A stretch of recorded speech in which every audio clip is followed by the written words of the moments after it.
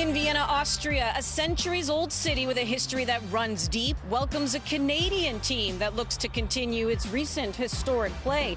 Topping the CONCACAF World Cup qualifiers, John Herdman and his squad have left the region for European soil for different competition. And the new test begins tonight against Qatar, and it's all coming your way right here on OneSoccer. Hello, everyone, and welcome to Match Day Live, and welcome inside Generali Arena here in Vienna, Austria. Built in 1925, it has seen its fair share of matches. Andy Petrillo, Oliver Platt with you. Here we are in Vienna, and this is a different look for the Canadian team. Why? Well, you have to go back to January 2020, the last time they played a non-CONCACAF team. That was a 1-0 loss to Iceland. And then you have to go even further, Ollie. You have to go back to March 2018, the last time they played on non-CONCACAF soil. That was in Spain, and that was a 1-0 victory against New Zealand. And what do you know? It was the first game managed by John Herdman for the men. Why is this a big deal? It's a big deal because it feels like the start of something new today, I think, Andy, standing here in Vienna and preparing to see this Canadian team take on someone from outside CONCACAF, like you said. I think that journey now has kind of come to an end. You know, obviously, it's led to the World Cup, so it's continuing in that way. But in the sense that, you know, John Herdman, the first thing he set out to do, the first real big goal he gave his players going into World Cup qualifying was to conquer CONCACAF, right? To finish first place in that region, to qualify, obviously, for the 2022 World Cup. That's done. They've done it in style. They've done it telling an amazing story, one of the best stories, I think, on the planet in terms of World Cup qualifying. But now comes the next step. Now comes the rest of the world. The Asian champions here in Qatar today, and then obviously a world-class team in Uruguay to follow next week. So this is really exciting to see Canada, you know, not quite in Qatar yet in terms of the excitement of those games, but now starting to feel that competition that the rest of the world has to offer. This camp does feel different from their last one in June. Safe to say, didn't go the way they planned. There was the reschedule Iran game followed by the boycott of the Panama game. And, you know, John Herdman had even said a lot of preparation lost. Who's counting? 58 days to go until the start of the FIFA 2022 World Cup. So how important is it for him to get that brotherhood as he talks about the camaraderie, just the all-around good feelings in this camp? Yeah, well, when you say 58 days, that's the number of days until the World Cup, but the number of days they actually have together is obviously a lot less than that. And so every moment you have to treasure and make the most of, right, with this Canadian group. I think it's vital for all sorts of reasons. Like you said, the camaraderie is a massive part of it. From observing the players in training, I don't think that's gone anywhere, just, you know, with what happened in the June window and the time that some of them have had away from each other since the March World Cup qualifiers. I think this is a group that's always relaxed. They always seem to enjoy the opportunity to get together. There's always a good spirit in the group, you know, laughter in training that you sense and detects that good feeling. So I don't think that's gone anywhere. And then there's a lot to play for in terms of stakes for individual players. You know, what John Herdman's planning, how he's trying to evolve this team. But then also you look at the players and the last real chance they have to make their case, not just to be on the plane to Qatar, but the role they're going to play when they get there. And we know we're going to talk about a few players in the lineup tonight who, you know, this is a massive day for them in terms of staking that claim. Speaking of feel good, before training yesterday, the coaches were even dancing to some music. But we do know that there are some injuries to the squad. Talk about staking claim. So that means we're going to be seeing a different starting 11 here for John Herdman. So why don't we get to that as we send it into studio. Adam Jenkins is alongside Christian Jack and former national team member Patrice Bernier. Gentlemen. Thank you very much, Andy. And yes, this is what everyone is looking forward to today. The starting 11 brought to you by GE. There are two changes to this 11 from Canada's last match in Nations League. They are notable in that it is Sam Piette into a defensive midfield role, as well as Junior Hoylett playing in some version of a wingback, but also having the ability and the license from John Herdman to get a little bit more forward. KJ, looking at the board, we understand that Canada's missing some big names, but it feels like this is the identity we'll see them play at Qatar. Yeah, let's get to the personnel later. I think tactically we know versatility is there, right? We know it can look like that on the pitch. We also know that Johnson can move out to the right. Adekubi can sit a little bit deeper. Davies will come over. They can look very much like a 4-4-2. And I think that's, you know, a credit to this group, the coaching staff and the players, that over 20 World Cup qualifiers, they're able to bring that tactical identity and adaptability. And I will say Hoylett in for Larea, Piet in for someone like Kay speaks to the form that those players are in right now. Junior Hoylett, not a position that many have seen him play much for Canada. He has played there, particularly when they've gone down to 10 men, and he works harder without the ball than I think he's ever worked in his career, but has played in that position under Paul Ince already this season at Reading as well, both on the left and the right-hand side, and has done a good job in a thriving team. Well, of course, this is Christian Jack, and we also have another special guest today. We have a few, don't get me wrong. We're rolling out the red carpet. It's like TIFF is still rolling on in the city of Toronto. The gentleman behind me, that is the Canada Soccer Hall of Famer, also the birthday boy, Patrice. Yes. Bon après-midi et bonne fête. Thank you for joining us. Exciting day for Canada. And to pick up what KJ said, what do you make of the team? Specifically, you and I spoke about Hoylett's position today. Yeah, interesting because, yes, Junior, we all accustomed to seeing more as a winger or central figure, offensive midfielder, now being positioned at the wing back. But you said it, the versatility of this team, I think the concept and the principles have been there for quite some time. So it'll be interesting to see how John Herdman, if there's new tactics or movements so that the team moves into like a 4-2-4 when they have the ball. So really interesting to see Junior Hoylett there on the right because we know he's not exactly like a Tejan Buchanan, but he brings some different elements to the table. Will be interesting to see the tactical elements in this game versus Qatar. KJ, as we lead up to this camp, what do you think is John's biggest lineup question? Well, I think right now all international coaches face the conundrum and the issues around what are you inheriting when they go back to their clubs and then come back to you, right? So I think he's hoping, obviously, that he's got to rely right now on a core group of players who are playing well for the clubs, a group that are arriving full of confidence, in great form, and then some other players that aren't. Some players like Kyle Larin, the Toronto FC players on the other side are not in good form, not playing a lot of minutes that he would like to, not necessarily playing at high successful rate as well. So I think for him right now, when you look at the players like Crepeau and you look at Johnston, not Crepeau, Boyan is going to be there instead of Crepeau, and Johnston and Vittoria and Miller, that basis is going to be there. Adekubi's going to play left back. Davies, David, they're going to play Eustáquio. So I think you got 7 or 8 players right away. But I think the key, Patrice, for me is that confidence and that form. You know what this is like. You go from your club side, and you think about the CF Montreal connection now that you know so well. This group of players that are coming in, they're heavily involved here with Johnston and Piet. You can see in Miller. That makes a difference for an international manager, doesn't it, to pick those players who you know right away are going to be ready to start when the whistle goes. Yeah, I think that's going to be really important because we all know the starting 11 is quite clear, if you could say, especially most coaches internationally or at club level like to have their own 11 and usually don't change it that much.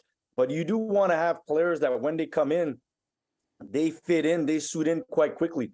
And when you talk about Joel Waterman, who's having a great season at CF Montreal and who fits well with Johnston and Miller because they know each other at club level, who knows? We know Steven Vittoria is a normally mainstay in starting 11, but if you were to put somebody, you wanted somebody that's in confidence, has chemistry with the people he has at the back, and is going well for him. So he's one of the people that he's fighting for a spot to get to the World Cup, but this season has been good for him, and maybe John Herman thinks of those things in terms of having players that are in form, that are confident, that are doing well, that are playing significant minutes and ready to maybe take that second part, the depth squad type players.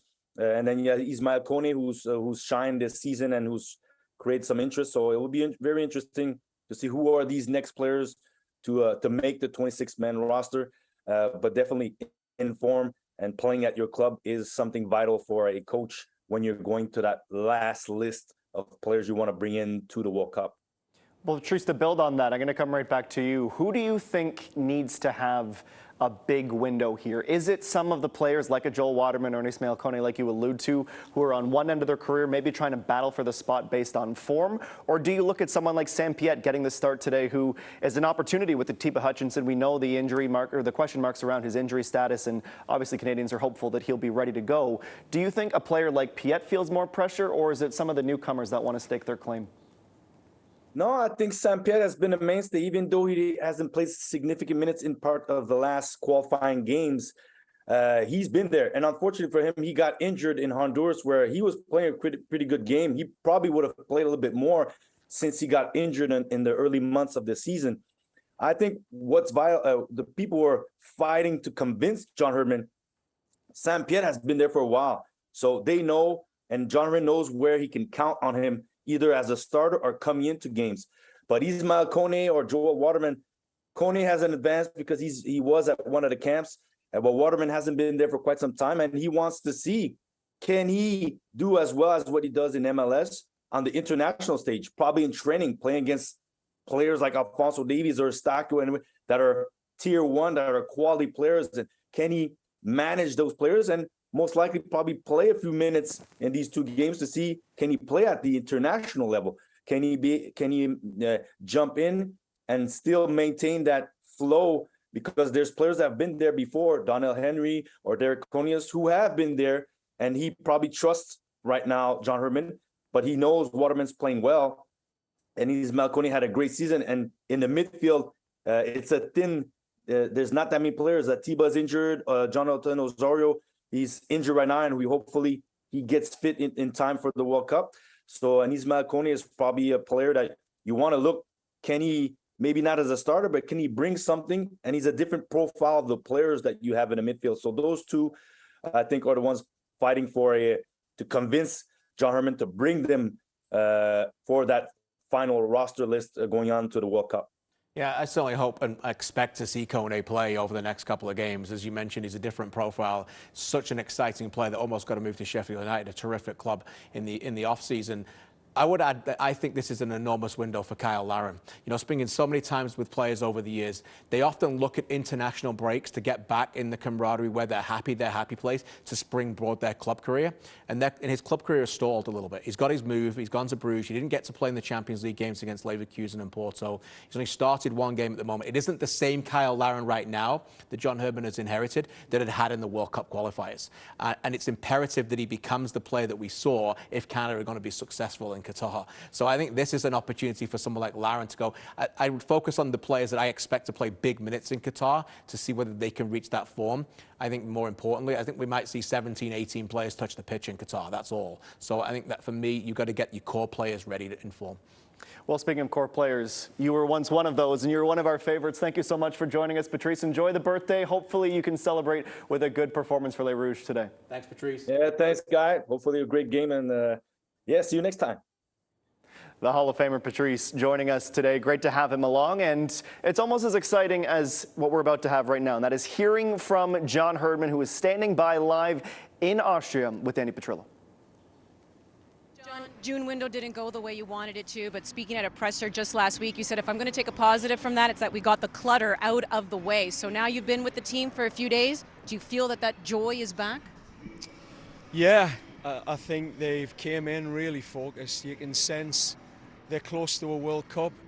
So the first 2 days, we've really drilled them. They've worked hard. And yesterday they got a chance just to take the rails off, and there was some real good flow. So there's a readiness there. We had a lot of levity in our match day meeting today, and yeah, I can feel there's a positive spirit. But they have to be focused because this is a really strong, well-organised Qatar team, and I think this first 20 minutes is really important for Canada. So at the end of 90 minutes, what would you consider a successful game? Well, we've got targets internally. I think that's one thing they've been clear on coming into this camp. There's areas we're working on. The things that we said we have to keep doing, that were part of our success in CONCACAF. But there's a couple of things that we're trying to add to this team in getting them ready for tougher opponents. So, part of it's coming back together. We haven't been together for 3 months. I think that 20 minutes, we're going to take a period of time to settle in, and we've got to give them some grace. But there's a time I'm hoping in this game we really tune in and you see that next level Canada. Best of luck tonight. Thank you. We will have 2 opportunities to see that next level Canada. Of course, kickoff coming up here very, very shortly, 1 p.m. Eastern Time, 10 a.m. Pacific. And then we'll do it all over again on Tuesday. And this is going to be a mouth-watering fixture to see some of the Tier 1 players, some of the best in the world, and the 4-starred Uruguay against Canada on Tuesday. That is a noon Eastern start, 1:30 p.m. in Newfoundland and Labrador. Well, the guys are getting loose. They're getting ready to go and trying to put on a show for their coach. We spoke about him with Patrice, and that is Sam Piette and the impact that he can have today on the midfield for Les Rouges. We will head back to Vienna with Andy and Ollie for more on Piette right after this. This is Match Day Live.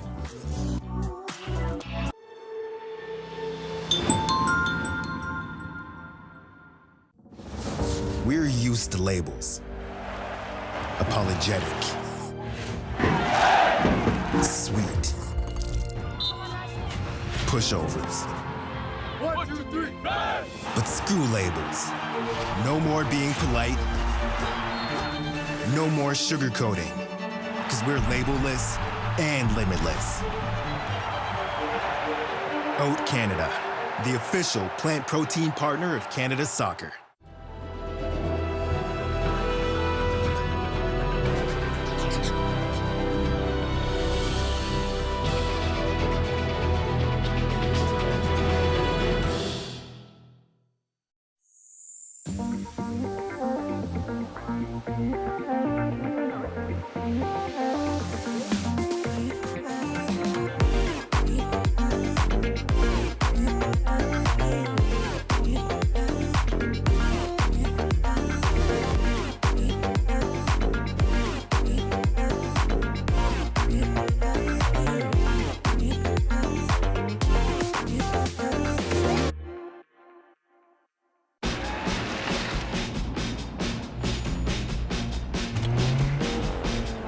Fun.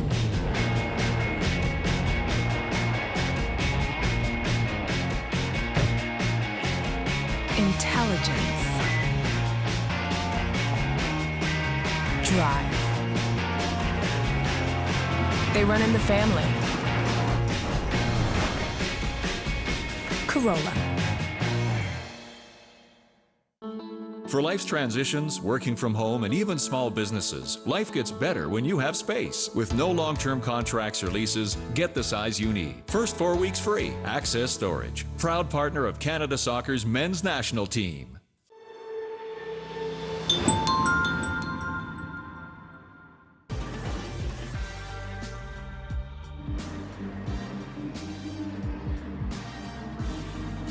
The teams have taken to the pitch here inside Generali Arena. It's a 2-game window for the Canadian men's national team. They take on Uruguay on Tuesday. First up, it's Qatar. It's a big game for Sam Piette.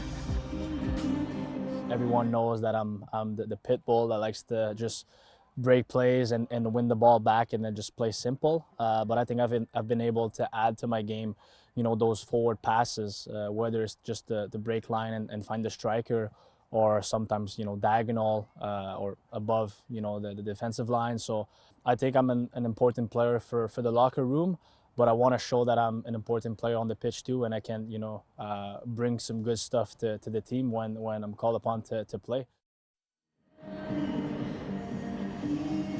Andy and Ollie here inside Generali Arena as the teams are warming up, getting ready here. Let's talk a little bit, though, about Sam Piette, who's getting the start here. You know, he's been a part of the national team for a better part of a decade, but we have seen his role change.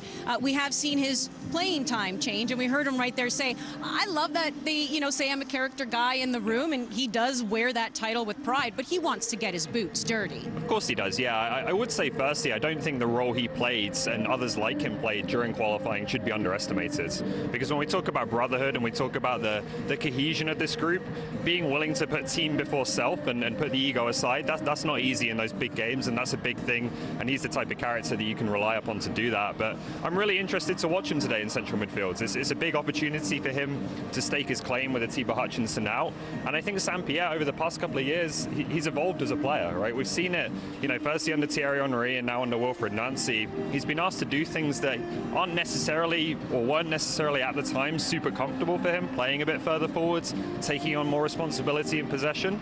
But I think over a couple of years now, that's made him a better player. You know, we're seeing him go 3 games in a row with an assist for CF Montreal. That's not really a kind of stat that you'd expect of Sam Piette a couple of years ago. So we know he can do the ball-winning stuff. We know he's a gritty, resilient midfield player. But I think he's added a bit of quality to his game too, which makes him more of a factor to potentially be in John Herdman's mind as a starter. Yeah, players like him, players like Junior Harlette, which I know they touched on already in the studio here, and I know we keep keep saying a 26-man roster, so there's a really good chance people will get named. But there are players who want to play. They actually want to have an impact on the team at the World Cup, so you can never take that away from somebody who just naturally has a competitive spirit. Speaking of competition, I mean, there's a big one here today against Qatar, other than the obvious, you know, which is to get a win. And I asked this to John Herdman just a few moments ago, what he would consider a success. Then off camera, he kind of joked and said, well, hopefully everyone stays healthy, right? Because you don't want any more injuries. But in your opinion, what do you think would be considered a success? I think seeing progress in a couple of key areas. Defensively, firstly, for me, I think they're going to be tested again, and I mean that both with and without the ball. You know, it's one thing to face better attackers and more speed of play, but they also, Canada's defenders need to be able to take the ball themselves. You know, it's no good having Davies and David and Laren up there if you can't get the ball up to them in the first place, and that's going to be a big challenge against teams like Belgium and Croatia in Qatar, who press you, who give you no time on the ball. And then also just kind of a mentality thing for me. You know, we've talked a lot about the new Canada, right? Are we going to see it now as we step outside CONCACAF for the first time? Is that mentality going to be the same? Are they going to go into a game like this with a fearless attitude and play really positive football? Maybe that's a question more for Uruguay, who's, you know, obviously such a world-class team. But I think today is, you know, a starting point for that, of treating this the same way they treated CONCACAF. No fear, all positivity. Let's go and attack them. Yeah, they're also treating this window, by the way, as if they're already at the World Cup. The one difference, though, everyone, is that it's going to be a lot warmer in Qatar. It is chilly here in Austria. Winter is coming. But let's take a look at who they will be facing tonight, the starting 11 for Qatar, as we send it back inside the studio. That's right, Andy. It's not quite parka weather, but it's getting closer here in September. This is the starting 11 for Qatar, brought to you by GE Appliances. The maroon, they will be wearing the maroon today. And KJ, what of the hosts? They don't make too many changes. They're rotating because they're playing a ton of football right now, whether it's youth national teams or whether it's European club-based teams. They've made Austria their home for a month. Organization does seem like a key for this group. They do. I like Akram Massin. I've watched him a lot lately. I think he was the first Qatari player to be signed in La Liga, actually. He didn't make it there with Villarreal and Sevilla, but like that player. Abdul Karim's a really good left back. Big fan of his as well. I think he played in Belgium a little bit. Look, this is a team that isn't known internationally that well, but let me tell you, Felix Sanchez has been there a while, and they are a team. You alluded to it. They play almost like a club team. Yep. You know, what international football struggles with is getting that continuity, the ability of creating those pockets of continuity and knowing that reliant, because they just spend so much time in the club game. A lot of these players have been together for a long time. You mentioned it, they've been in Austria for a month. They played 20 games since the start of June. And by the way, some of these players are used to playing big games. They're the Asian champions. They played in the Gold Cup. A lot of these players have played in the Asian Champions League. They're captains on the bench today, which I think is a big thing. Hassan El Haydas, he's not playing, which is a good break for Canada, but it shows you how much football they played. So no, I think there will be a bit of a sleeper pick going into the World Cup. I think that's the case with the host nation every single time, right? Obviously, in 2018 with Russia, they didn't finish in the top four, but I mean, Brazil, we know what went wrong with them in the semifinal, but even South Korea, when they got to co-host with Japan, there's something special about hosting the World Cup, what it does for the injection into your federation and the buzz around the country for this sport and having the best in the world at your backyard. This is their schedule. They, of course, being the host nation, will be in Group A, and there are some heavy hitters in this group. The Dutch, the number 8 ranked nation in the world, Senegal as well, and they start with Ecuador, so it's almost the reverse of Canada, KJ, where they have arguably their easiest match first, and then it gets progressively more difficult as they try and take that next step. What do you make of their chances to make a splash here? Yeah, I think they'll be tough to beat. I really do. As we look at Canada's board, and that you mentioned, Canada's group is very, very difficult. It's almost the opposite. I think for Qatar, I think the Senegal game is the hardest because it's the second game and it'll be based on their first game. Ecuador are a good team. Do not sleep on them as well. But, you know, throughout World Cup history, you learn you don't write off the hosts, right? You know, I think South Africa, the only team to never progress through the group stages to get to the knockout stages, they got 4 points in South Africa. You know, they were not a pushover either. So I think this Qatar team will be difficult to break down. As I said, they'll be ready for this. They're playing 3 home games. And I think you'll look at that group and I think they can get out of it. Well, you look at this board as well, and you know Canada starts with the world number 2. We're not going to talk about Belgium and what they did yesterday in Nations League. I don't even remember the scoreline, I'll be honest. Was it Wales who won? That's how I choose to remember it. We're going to take a quick break and continue. The former Canadian internationals coming through Matchday Live. Scott Arfield joins the show next. Think you've seen tough? You've seen nothing. When you're absolutely drenched and still take the final shot? Not even a challenge. Playing extra time under the beating hot sun. Hardly sweating. When the wind's so chilling it cuts to the bone? Now we're getting somewhere. Playing in Canada's tough. We're not sorry about it. Want to beat us? Come on. We're made for this. There is something quite magical about heading into a new destination. A journey into the unknown. Not alone, but together, as a country, as a sport, ready to soar. We are Canada, and this is our sport. This is our time.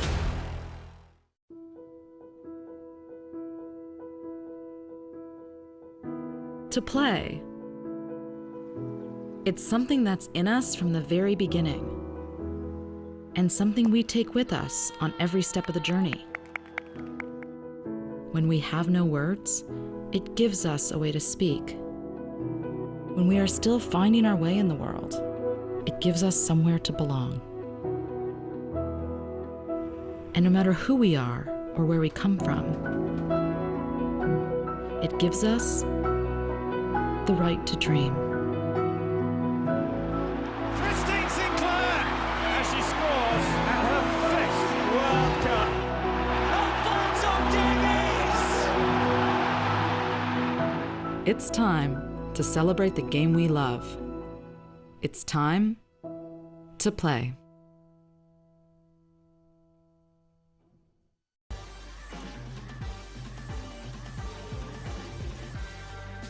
This is Matchday Live, and the fans in Vienna are starting to pack the stands as we get closer and closer to the top of the clock.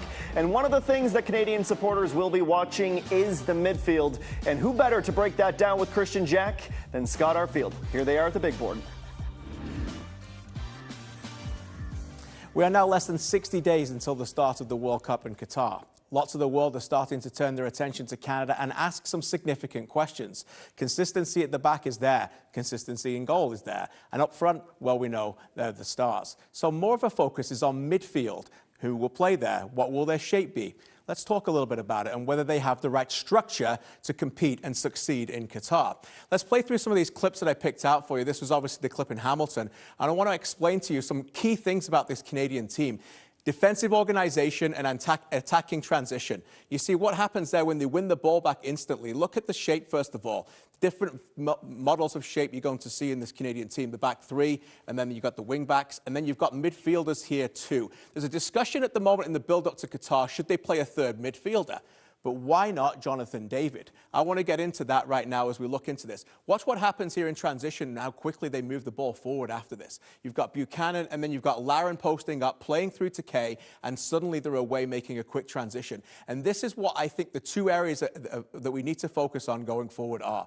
Again, defensive organization, attacking transition. Let's move to the next play. Now, what's very important about this setup for me with Canadian team is how they defend collectively. Again, this time you've got the three defenders here. You've got your fullbacks. You've got your two midfielders. This time it's Fraser and Osorio. And again, you've got your forwards all working hard. There's 10 outfield players in that position defensively following the ball. Play it through again. That is their defensive organization. This is their attacking transition. Watch what happens, how quickly they go to attack, and how quickly they become a bit of a threat. We know Canada's strengths are there. They've got pace in transition, and they can expose teams. Now, if they want to stay to the best version of themselves, there are definitely examples in World Cup qualifying that they can do that. We remember the outcomes. Let's talk about the delivery without the outcomes started. Here we go again. Numbers around the ball, this time in a back four system. Osorio, Eustaquio, look at this. It's David and Laren. Defensively working hard for the team. Play it through. As I said, you know what's about to come. As we play this attack through, suddenly they win the ball back. Eustaquio plays the ball. He's calm in possession. Osorio to Adekubi. That move right there creates what you're about to see. Eustaquio gets forward here. You can see him. Keep an eye on him here. You look at the clock. You look at the score. You know what's about to develop. Let's play it through. But remember where it comes from. Again, defensive organization, men behind the ball, Laren and strikers working hard for the cause. And then you've got that, a delivery of absolutely exquisite midfielder from Eustachio into Larin, who joins the play and then scores the goal, play it through again, and that's 1-0 Canada on their way to Qatar.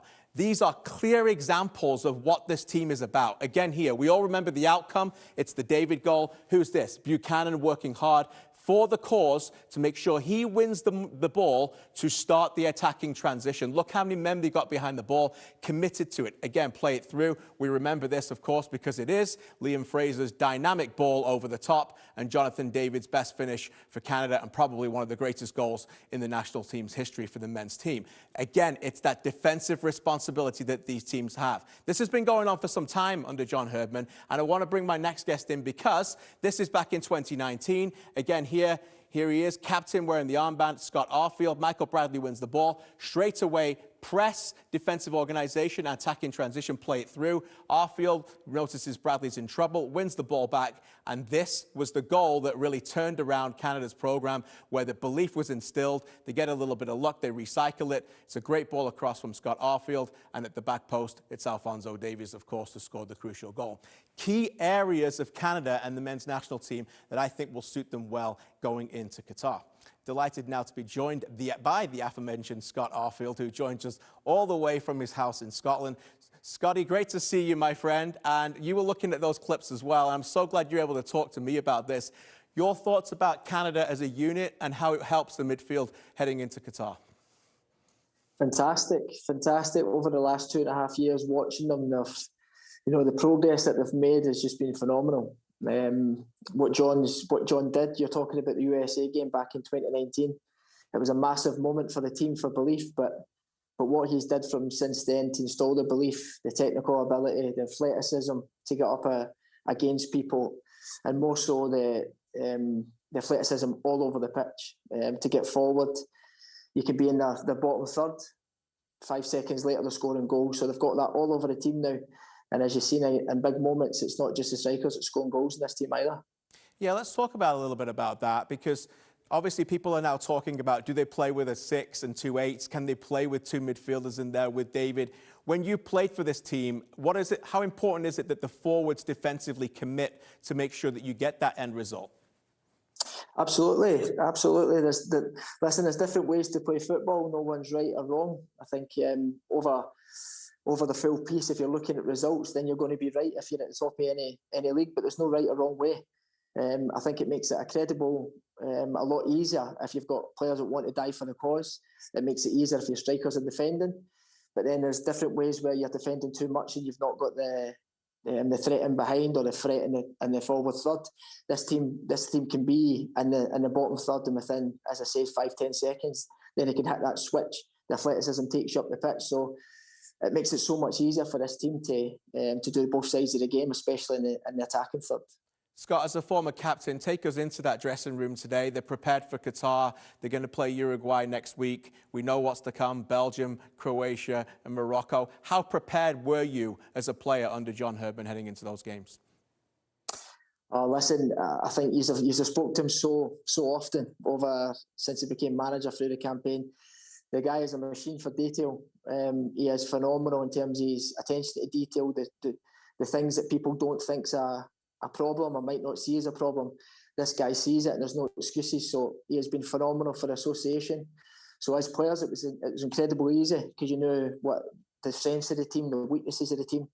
And as you've seen over the campaign, you just know that once this team started hitting that switch and getting the ball rolling, there was only going to be one winner in CONCACAF, and thankfully it was this association that done it. It is a difficult time in midfield at the moment without Atiba Hutchinson and Jonathan Osorio, 2 stalwarts. Some discussion over here in Canada about whether Mr. Arfield will come out of retirement. Are you content with your decision, and how difficult was it to come to that resolution in the end? Christian, honestly, it was incredibly difficult to do it. There was a time in my life where loads of things happened that Rouge, but the work rate is absolutely there and he's ready to take off.